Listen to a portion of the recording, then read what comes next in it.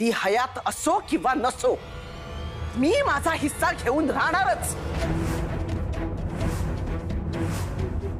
आणि फक्त घरात नाही हा, तर व्यवसाय, इन्व्हेस्टमेंट, दागिने, सगळ्या गोष्टीत माझा हिस्सा मला हवाय.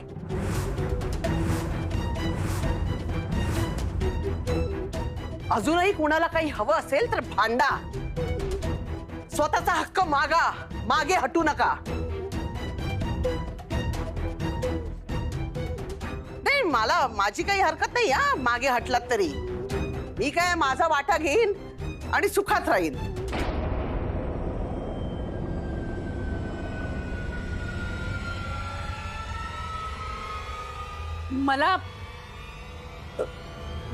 मलाही आमचा हिस्सा हवाय.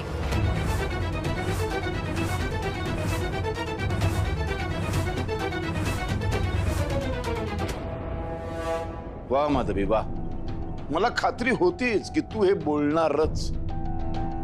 माधवी, अगं काय बोलतेस तू? डोकं ठिकाणावर आहे का तुझं? बघ तुला सांगतो, त्या अंबिकाची अजिबात नादी लागू नकोस हा तू. दादा, अरे ह्या अंबिकाने तिच्या मेंदूवर असा पुरा ताबा मिळवलाय. डोकं फिरलंय हिचं. आम्हाला काही हिस्सा विसा काही नकोय. पाहिलंच ना युवराज, आता तुला मी हेच सांगत होतो, चुकीच्या माणसांच्या नादाला लागू नकोस. आयुष्याचं मातेर होईल तुझ्या.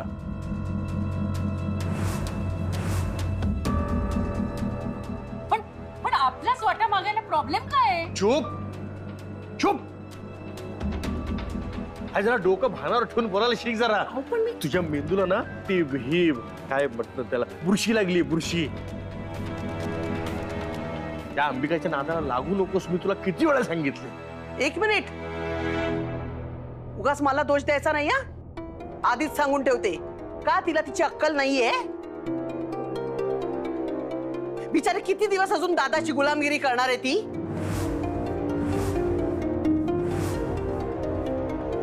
आणि माधवी, सांग तुझ्या राव दादांना की हा तुझा स्वतंत्र विचार आहे, माझा यात काही एक संबंध नाहीये. आणि काय चुकीचं मागितलं रे तिने? माझं माझं माझं म्हणून किती दिवस या प्रॉपर्टीला, एखाद्या ढेपेला, गुळाच्या ढेपेला मुंगळा चिकटतो तसा चिकटून राहणार आहेस? ते ना त्यांच्या वाटल्या त्यांना. हो, म्हणजे माझं पण तेच म्हणणं आहे. मला खात्री होतीच की तू हिस्सा मागणारच. माझं सोडून द्या, थोडी तरी माणुसकी आहे की नाही? घरामध्ये आई आजारी आहे आणि आताच तुम्हाला बरा ऊत आलाय हिस्सा मागण्याचा. का आईला जिवंत ठेवायचंच नाहीये का तुम्हाला? भाऊ, तिला सांग, कुठल्याही परिस्थितीमध्ये या घराची वाटणी होणार नाही. बरोबर आहे दादा तुझं. आणि मला सुद्धा वाटणी व्हायला नकोच आहे. हा, मग तुझ्या बायकोला समजावून सांग, आता जेवढी प्रॉपर्टी आहे ना, त्याच्यात दसपट जरी प्रॉपर्टी असते तरी मी वाटणी होऊ देणार नाही. कारण मला या घरातली माणसं एकत्र हवी आहेत. वाटणी होणार, काहीही झालं तरी वाटणी होणारच. अगं काय बोलतेस? अशी घराची ताटाटूट करू नकोस. आपण पूर्वीसारखेच एकत्रित राहूयात ना छानपणे. अरे तिला कशाला समजावून सांगतोयस? तिच्या बुद्धीला ना, मेंदूला कीड लागली, कीड. बोल बोल, तू काय वाटेल ते बोल रे, पण मी माझा वाटा घेऊन राहणारच. असं काही होणार नाही.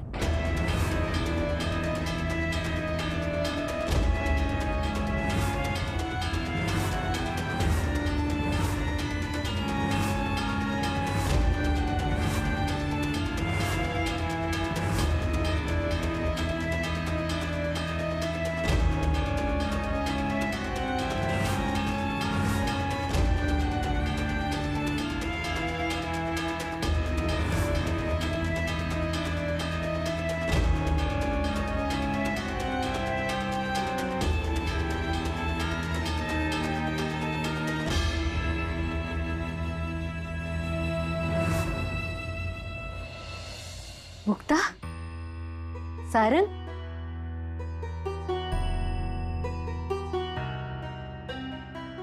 मोठी आई, अहो आजी एवढ्या आजारी पडल्या पण कोणालाही मला काहीच कळवावं असं वाटलं नाही.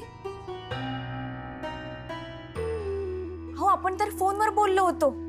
एवढी महत्वाची गोष्ट तुम्ही माझ्यापासून का लपवून ठेवली? का का सांगायचं तुला? तू काय जादूची कांडी फिरवणार होतीस आणि त्या म्हातारीला उभं करणार होतीस? उलट तुझ्या पायगुणाने अजून काहीतरी भयानक घडेल आता. तोंड सांभाळून बोल आत्या. तू तुझं तोंड सांभाळून बोल.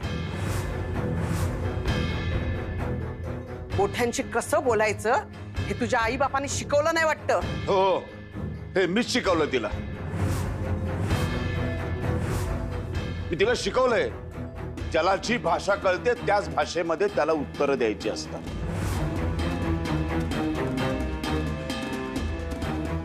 ती केवळ आज शांत काय माहितीये, कारण मुक्तानी तिला सांगितलेलं आहे की मोठ्यांनी शेण खाल्लं तरी आपण त्यांच्याशी वाईट वागायचं नाही. हे संस्कार मुक्तानी केलेत ना, म्हणून ती गप्प आहे. ह्या मुक्ताची आणि तुझी शिकवण आणि तुमच्या सगळ्यांचा माज कसा उतरवते की नाही ते बघ. बस, शब्द जपून वापरा तू.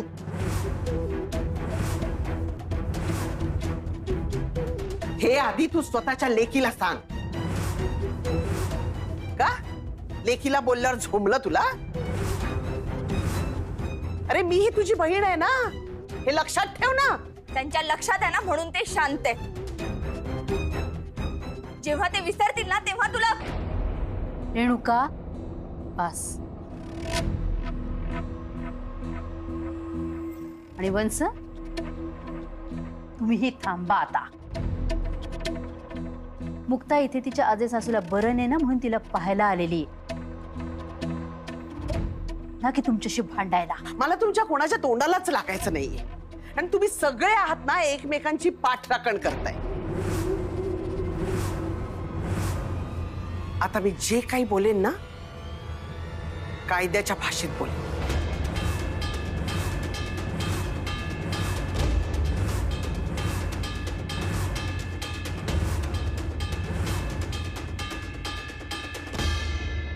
आत्या थांबा.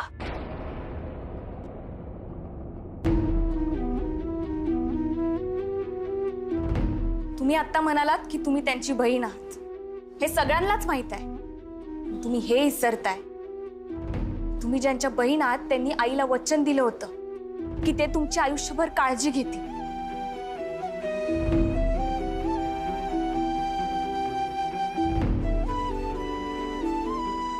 आई गेल्यापासून त्या क्षणापासून आठवून सांगा त्यांनी तुमची काळजी घेतलीये की नाही.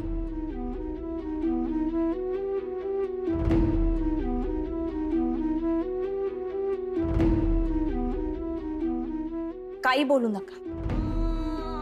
ऐकून घ्या.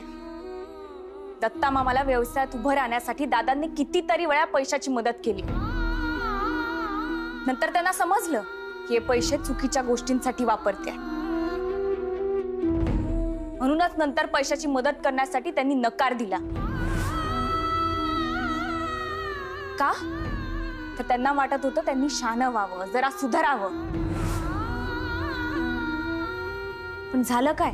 तुम्ही प्रत्येक चुकीत त्यांना पाठीशीच घालत आलाय. आजपर्यंत जे काही चुकीचं घडलंय ना त्यासाठी तुम्ही त्यांना कधीच दोष दिला नाही. उलट दादांनी तुमची, तुमच्या कुटुंबाची भाऊ म्हणून नाही, एक बाप म्हणून काळजी घेतली. तुम्ही काय करताय? त्यांनाच हिस्सा मागताय. त्यांच्याच घरात फूट पाडताय.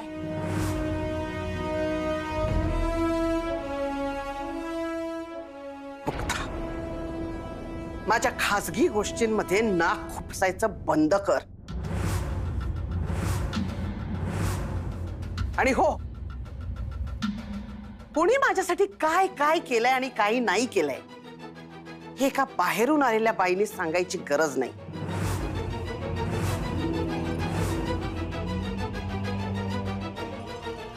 आता कसं आहे ना, ही बाहेरून आलेली बाई आहे ना, त्या दादांची तिच्या बहिणीसाठीची तडफड, त्यांचं प्रेम दिसतंय. पण हे तुम्हाला का नाही दिसत आहे?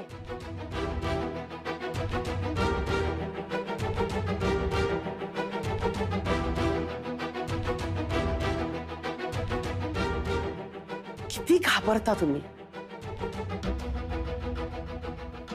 घाबरलीस ना? हं? मी सगळे भीतायला. नाही, आधी तुमच्या या घाबरण्याची ना मला गंमत वाटायची, पण आता क्यू यायला लागलीये. आणि तुम्ही सगळ्यांनी काय माझ्याशी भांडण्यासाठी हिला तयार करून आणलं, जिचा मी सगळ्यात जास्त तिरस्कार करते.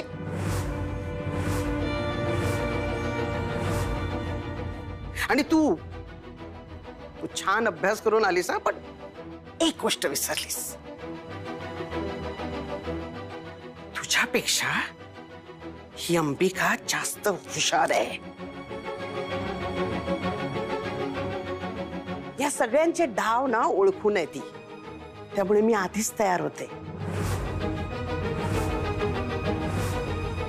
तेव्हा आता ही सगळी तुझी नाटकं आहे ना, ती थांबव. हं? मला जे करायचंय ते मी करणारच.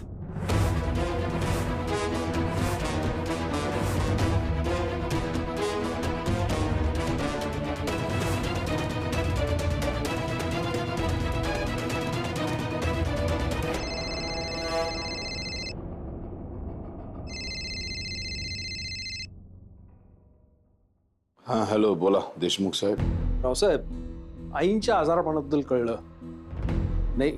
आम्ही येऊ शकलो नाही, त्याबद्दल सॉरी. नाही, हरकत नाही. जेव्हा वेळ मिळेल तेव्हा या. तसं वेद आणि रेणुका पोचलेच आहेत. आम्ही जमेल तसं येऊन जातो.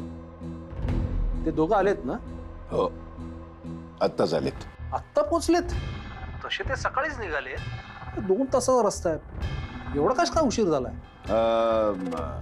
मध्ये हिला घेऊन आलेत ते, मुक्ताला आणि सारंगला, म्हणून कदाचित उशीर झाला असेल. काय? मुक्ताला घेऊन आलेत? हो. का हो? म्हणजे मुक्तानी दिलेला शब्द मोडला तर? रावसाहेब, हे बरोबर नाही झालं. एक मिनिट. काय झालंय? म्हणजे आई आजारी आहे ते तिला कळलं, त्यानंतर ती मुक्ताला. हा, माझ्याशी बोला. मुक्ता वहिनी तिचा शब्द मोडून इकडे आली असंच म्हणाला असाल ना? नाहीतरी माणुसकी शून्य लोकांकडून काय अपेक्षा ठेवायची ना? रेणुका, नीट बोल. आधी तुम्ही नीट वागायला शिका. तुमच्या त्या शब्दामुळेच माझ्या घरच्यांनी मुक्ता वहिनीला आजीच्या आजारपणाबद्दल काहीच कळू दिलं नव्हतं. आणि बाबा, ती स्वतःहून नाही आली इथे. मी आणि वेद तिला इथे घेऊन आलोय. कारण आमच्यासाठी तुमच्या शब्दापेक्षा आणि तुमच्या भीतीपेक्षा ना आजीचं आयुष्य जास्त महत्वाचं आहे. आणि बाबा, प्लीज तुम्ही यात नका पडू. आणि मुक्ता वहिनीला घराबाहेर जाण्याविषयी पुन्हा काही बोललात ना, तर गाठ माझ्याशी आहे. कारण तुम्ही अजून माझा मूळ अवतार पाहिलेलाच नाही. रेणुकाताई, ही पद्धत आहे का बोलायची? हे बघ वहिनी, तू नको टेन्शन घेऊ, तू रिलॅक्स राहा. चल आपण आजीला भेटू.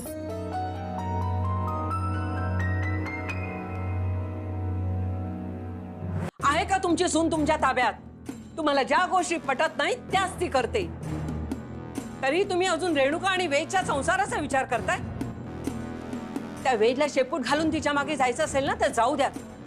तुमचं खरं रक्त असेल ना तर एक ना एक दिवस त्याला साक्षात्कार होईलच. आई, अगं वेद बद्दल असं बोलू नकोस.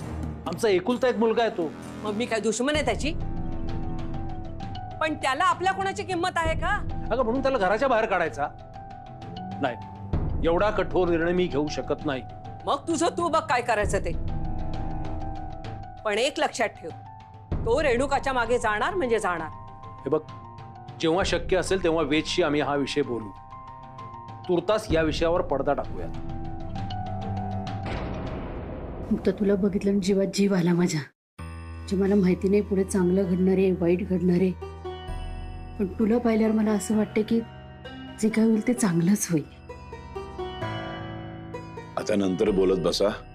मुक्ता, जा आधी आईला भेटून ये. मी तेच म्हणणार होते, मी आजीला एकदा भेटून येतो. हो. चल आलो. आई,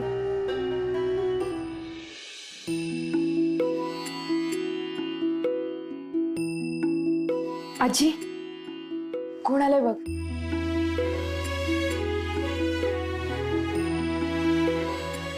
सारंग, मुक्ता,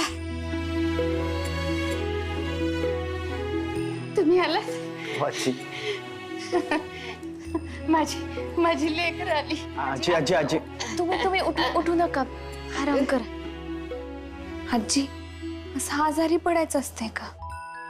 अगं म्हातारपणात माणूस लय भावुक होतोय.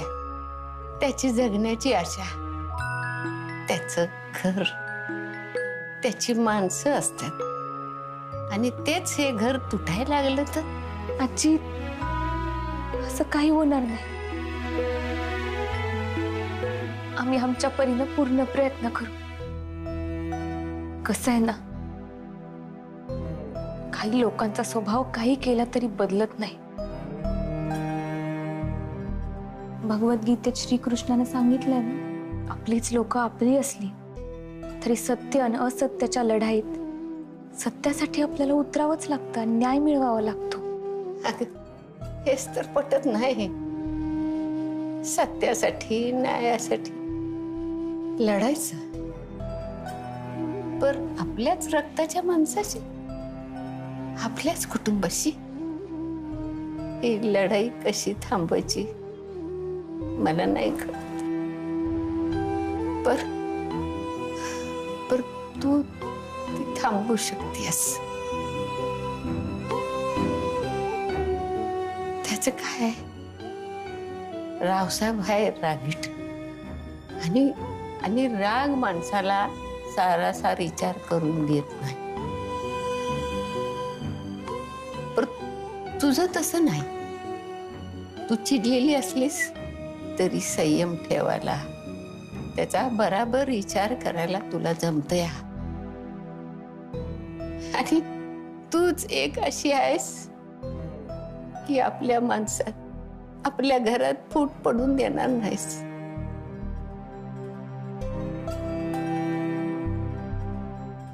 आजी मुक्ताबाईंनी आत्ताच आली आहे.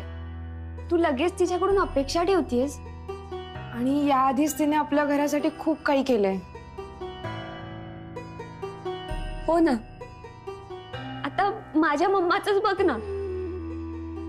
माझ्या मम्माने तर मला कधी शत्रू घोषित केलंय. आजी ज्यांच्या डोक्यात फक्त सूड फिरतोय त्यांना मुक्ताबाईने पण कसं आणि काय समजवणार. मला ना जयाचं खरंच लय कौतुक वाटतं.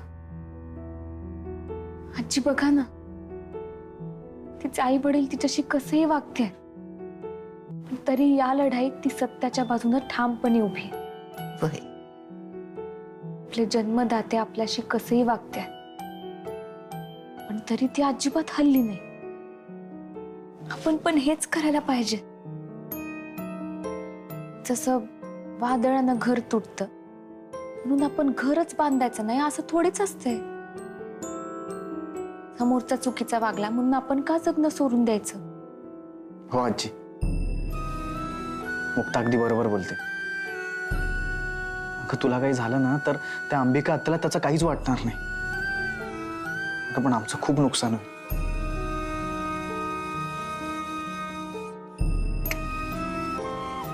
आणि तेही कधीही न भरून निघणार.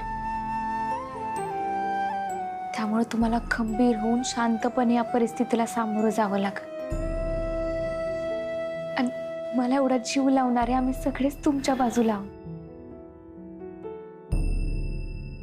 आता आजोबांना तर आम्ही वर्ण नाही आणू शकत, पण शक्य असतं तर तेही केलं असतं. तुम्ही आराम करा, आम्ही येतो.